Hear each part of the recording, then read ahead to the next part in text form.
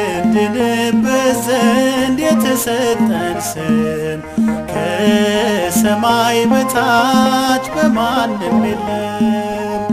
ያለ ጥርጥር የተቀበልነው የታመንበት መድኃኔዓለም ነው።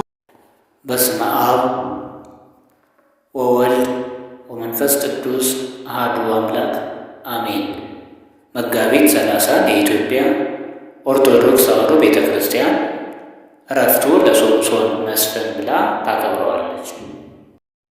ሶምሶን ማለት አዲሱ ለእግዚአብሔር ማለት ነው። ትውልዱ ከነገደ ዳን ነው። አባቱ ማኑሄ እናቱ እንትቆይ ይባላሉ። እንትቆይ እጹተ ማኅፀን ሆና ስታዝን ትኖር ነበር። አንድ ቀን እንጨት ስትደክም የታዘዘ መልአክ መጥቶ ደግ ልጅ ትወልጃለች፣ የወይን ጠጅ ከመጠጣትም ርኩስ ነገር ከመብላት ተጠበቂ፣ ለባልሽም ንገሪው፣ ሕፃኑ ለእግዚአብሔር የተለየ ነው፣ በራሱ ላይ ምላጭ አያርፍበትም አላት።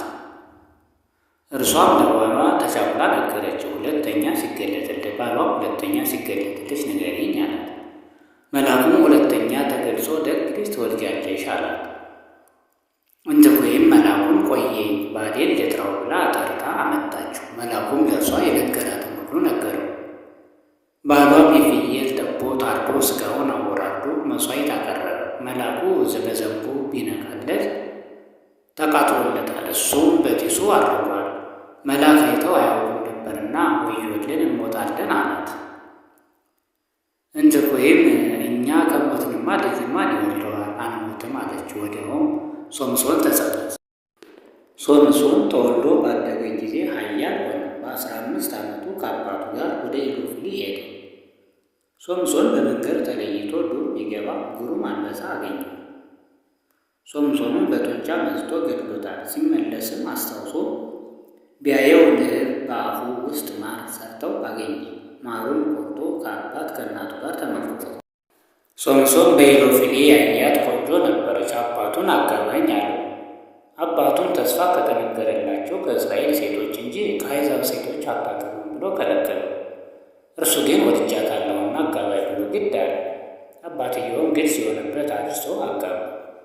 ከዚህ በኋላ 30 ያህል ሚዜዎች ተመርጠው ሲያጫውቱት ካገኛችሁት 30 መጎናጸፊያ 30 ቀሚስ እሰጣችኋለሁ፣ ካላገኛችሁት ግን እናንተ ትሰጡኛላችሁ ብሎ ማፈ በላይ ተረክበ መብልዕ ወማእፈሱም ተረክበ ጥዑም፣ ከበላተኛ አፍ መብል ከክፉም አፍ ጣፋጭ ተገኘ የሚል ምሳሌ ነገራቸው።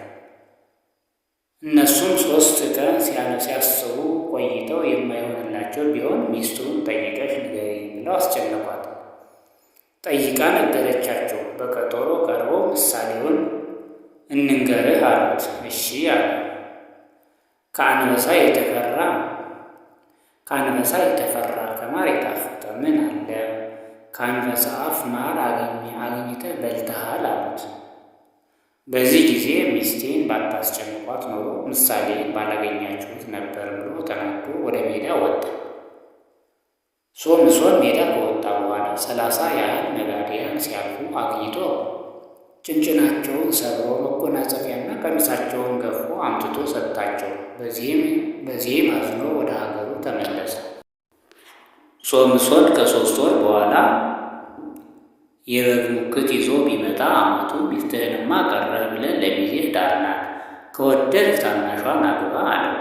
በዚህ ሰዓት ሶምሶን ተበሳጭቶ ወደ ኋላ ተመልሶ 300 ቀበሮ ያዘ። 150 ጭራሮ አዘጋጅቶ አንዱን በሁለቱ ቀበሮዎች ጅራት እያሰረ በእሳት እያቀጣጠለ ለቀቃቸው።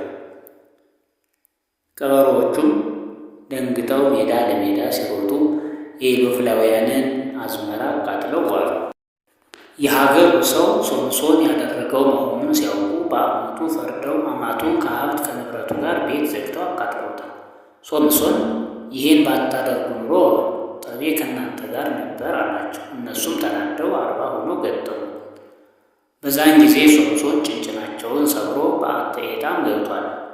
እነሱም ሂደው እስራኤልን ሶምሶንን ይዛችሁ ስጡን አሏቸው። እስራኤላውያንም ለሶምሶን ነገሩት። ሶምሶንን በነገሩት ጊዜ እጅ እግሬን አስራችሁ ከሜዳ ጣሉኝ አላቸው። እነሱም እሱ እንዳለው ጣሉት። ኢሎፍላውያን ሊይዙ ሲጠጉ የታሰረበትን በጣጥሶ ተነሳ። የአህያ መንጋጋ አግኝቶ ቢወረውር በአንድ ጊዜ 1000 ሰው ፈጅቷል። ወዲያው ውሃ ጥም ተሰማው። ወደ ጌታ ቢያመለክት ከአህያ መንጋጋ አፍልቆ ጌታ አጠጥቶታል። በጋዛም ሳለ ካደረበት ቤት ሸምቀው ሲጠብቁት መኖራቸውን አውቆ ወጾር አግዛተ ጋዛ በመትከፉ ይላል ከነደረቡ ተሸክሞ ወስዶ ገደል ከቷቸዋል። ከዚህ በኋላ በሲራቅ ደሊላ የምትባል ሴት ለመደ። ኢሎፍላውያን ወርቅ ብር እንሰጥሻለን፣ ኃይሉ የሚደክምበትን ጠይቀሽ ንገሪን አሏት። እርሷም ሶምሶንን ጠየቀችው። ሶምሶንም በ7 አውታር ብታስር እደክማለሁ አላት። አስራ ሶምሶን ኢሎፍላውያን መጡብህ አለችው። በጣጥሶት ተነሳ። ደሊላም አታለልከኝ፣ እውነቱን ንገረኝ አለችው። ሶምሶንም በ7 ምዕራፍ ብታሰር እደክማለሁ አላት። 10 ሶምሶን ኢሎፍላውያን መጡብህ አለችው። ጎማምዶት ተነሳ። አሁንም ዋሻዬን ንገረኝ እንጂ አለችው። 7 ቆንዳላዎችን ከምድር በካስማ መትተው ቢያስይዟቸው እደክማለሁ አላት። እንዲሁም አድርጋ መጡብህ አለችው። ነቃቅሎት ተነሳ። ከኃይሉም ጽናት የተነሳ ካስማዎቹ የደረሱበት አልታወቀም። በመጨረሻ እወድሻለሁ ትለኛለህ እንጂ አትወደኝም ብላ ወትሃውከት ነፍሱ እስከ ለሞት ይላል። ነፍሱ እስክትታወቅ ድረስ አስጨነቀችው። ኃይሌ በፀጉሬ ነው፣ እስመ ናዝራዊ አዲሱ ለእግዚአብሔር የተባልሁ እኔ ነኝ። ከተወለድሁ ጀምሮ አልተላጨሁትም አላት። በዚህን ሰዓት በወይን ጠጅ አስክራ አስተኝታ ፀጉሩን ቆራርጣ ከጣለችው በኋላ ሶምሶን ኢሎፍላውያን መጡብህ አለችው። በዚህን ሰዓት ኃይል ተስኖት መነሳት አቃተው። በዚህ ጊዜ ኢሎፍላውያን መጥተው ይዘው 2 ዓይኑን አጥፍተው እየጎተቱ ወሰዱት። ከዚህ በኋላ ለብዙ ጊዜ ባቄላ ሲያስፈጩት ኖረዋል። ከብዙ ዓመት በኋላ የሶምሶን ፀጉሩ እያደገ ኃይሉ እየተመለሰ ሄደ። አንድ ቀን በዓል አድርገው ሳለ ያ ነውር አምጥቶት ያጫውተን አሉ። አንድ ብላቴና እየመራ አምጥቶ ከመካከል አቆሙ። 2ቱን ምሰሶዎች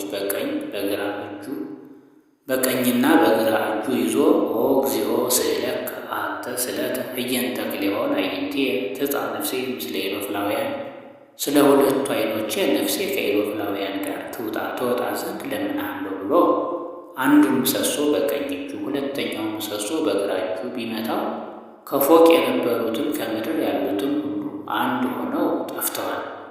በሕይወተ ሥጋ ሳለ ካጠፋቸው ጠላቶቹ ያን ጊዜ በሞቱ ያጠፋቸው ይበዛሉ። ሙሉ ታሪኩን መጽሐፈ መሳፍንት ከምዕራፍ 13 እስከ 16 እናገኘዋለን። አነሳስቶ ላስጀምረን አስጀምሮ ላስጨረሰን ለልዑል እግዚአብሔር ክብር ምስጋና ይግባው። ለንጽሕተ ንጹሐን ለቅድስተ ቅዱሳን ድንግል ማርያም ወላዲተ አምላክ ክብር ምስጋና ይግባት። አሜን።